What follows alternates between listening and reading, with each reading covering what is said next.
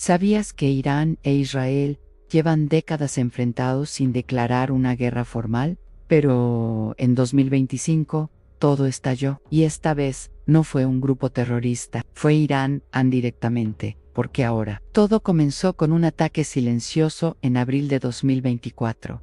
Israel bombardeó el consulado iraní en Siria.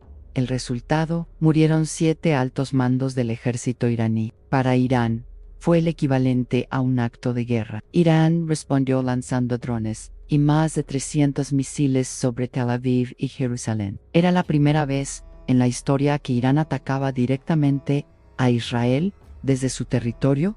El mensaje: estamos listos para la guerra real.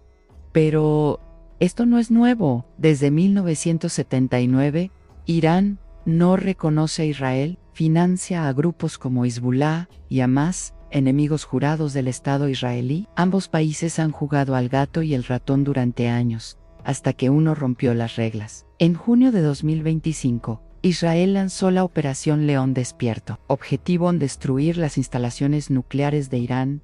El resultado: más de 600 muertos, entre ellos científicos, militares y oficiales del régimen. No lanzó una contraofensiva con más de 700 misiles, drones suicidas y ciberataques. Uno impactó en el hospital Soroka, hiriendo a más de 200 personas.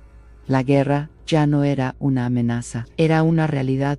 ¿Por qué Irán lo hizo? 3 razones claras: venganza por la muerte de sus líderes, recuperar su poder frente al mundo musulmán, demostrar que su programa nuclear sigue vivo. Israel, por su parte, quiere evitar a toda costa que Irán tenga un arma nuclear. Ambos creen que están actuando en defensa propia, pero mientras los gobiernos se enfrentan, civiles en ambas tierras sufren pérdidas irreparables. ¿Sabías que esta guerra no fue declarada oficialmente? Pero la verdadera respuesta no fue en forma de palabras, fue quirúrgica, brutal y rápida. Israel activó su sistema de represalias más letal, la doctrina de fuerza desproporcionada. Mientras los civiles buscaban refugio, el ejército israelí se movilizaba. Aviones F-35 despegaron sin luces desde bases en el desierto del Negev. Su destino: a los sitios nucleares más protegidos de Irán. Las imágenes satelitales captaron incendios en Esfahan, Natanz y Fordo. No fue un aviso, fue una advertencia con fuego. El gobierno israelí no esperó condenas ni apoyo internacional. Sabían que, en esta guerra, la diplomacia era inútil. En solo 12 horas, más de 20 instalaciones iraníes quedaron fuera de operación. Algunos analistas lo llamaron el segundo Osirak, en referencia al ataque a Irak en los 80, pero esta vez el mundo entero estaba mirando. Irán, herido y humillado, movilizó su fuerza aérea. Pero antes de que los jets despegaran, los radares ya estaban cegados. Israel había lanzado una ofensiva cibernética masiva. Los sistemas de defensa iraníes colapsaron, y con ellos parte de sus redes eléctricas. Teherán estuvo 6 horas sin luz y sin internet. Un apagón que fue mucho más que simbólico. Mientras tanto, en redes sociales, los ciudadanos iraníes grababan explosiones con sus celulares, y del otro lado del conflicto, israelíes compartían imágenes de sus familiares en refugios. Era una guerra de cuerpos, pero también de mentes. El campo de batalla ya no tenía fronteras, y en medio del caos, ocurrió algo inesperado. Arabia Saudita convocó una reunión urgente con Egipto, Jordania y los Emiratos Árabes. El objetivo: evitar una escalada regional. Pero los líderes sabían que el fuego ya estaba desatado. Ningún llamado detendría lo que estaba en marcha. Israel declaró que sus ataques no eran contra el pueblo iraní, sino contra su régimen. Pero eso no evitó las protestas globales. Miles salieron a las calles en París, Londres, Nueva York y El Cairo. Unos apoyaban a Israel, a otros a Irán, y muchos simplemente decían: detengan la guerra. A pesar del ruido, los planes seguían. Israel afirmó tener una lista de 37 objetivos estratégicos que aún no ha tocado, mientras Irán prometió utilizar todas sus capacidades si el asedio continuaba. Y eso incluye a su programa nuclear. En este momento, el mundo se pregunta: Estamos ante una guerra contenida, o al borde de una catástrofe global. Mientras las potencias discutían en la Organización de las Naciones Unidas, y las cámaras enfocaban los bombardeos, algo más silencioso y más trágico comenzaba a pasar a las víctimas. Ya no eran soldados, eran niños en madres, en abuelos, en personas comunes, atrapadas entre dos titanes. En Beersheba, Israel, un misil cayó cerca del hospital Soroka. Los médicos que minutos antes atendían partos tuvieron que evacuar salas enteras. La explosión dejó más de 200 heridos. Una enfermera embarazada perdió a su bebé en medio del caos